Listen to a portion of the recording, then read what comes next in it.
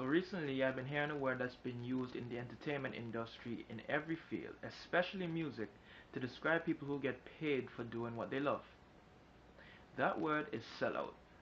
Selling out, according to the way people have been using it, is when an artist does something so that he can get paid for performing his art and getting insanely rich off it in the end. So what you're telling me is that if you were a rapper and you had the chance to perform for a record label and they were so impressed with you that they decided to sign and pay you right on the spot, that's all it takes for you to become a sellout? That is total bullshit. You wanna know who's a sellout? Let me tell you who's a sellout. J. Cole is one of the best hip hop artists I have seen in a while. He got to where he is today with well structured lyrics and a sick ass flow. He tells stories with his rhymes opposed to a lot of these other artists that just put together a couple clever rhymes and call it a song. He has a huge fan base right now that support him because of the way that he's been making his music.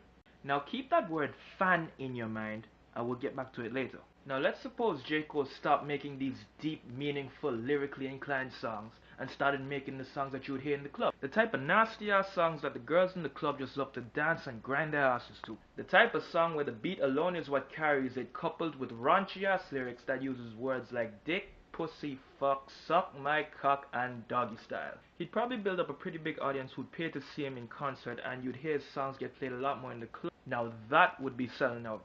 Not because he'd be making more money, but because of the way he would be doing it. A sellout is someone who built up a fan base but then decides to change their ways just so that they can build up a bigger audience just so they can make more money. Those are the two things that determine if you're a sellout. Your fans and your audience. If you cater towards an audience and decide not to stay true to your fans, then I think it's safe to say that you're a sellout. I honestly don't think it's fair for people to be going on YouTube partners videos and posting comments saying how they're sellouts just because they're making more money than you. That's called being a hater. Stop being a bitch. The same goes for upcoming and underground artists.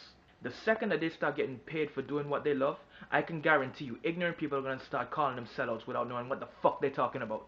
Because there's a difference between becoming mainstream or trying to be more innovative, and they both involve change. That's why it's so easy to confuse someone to be a sellout.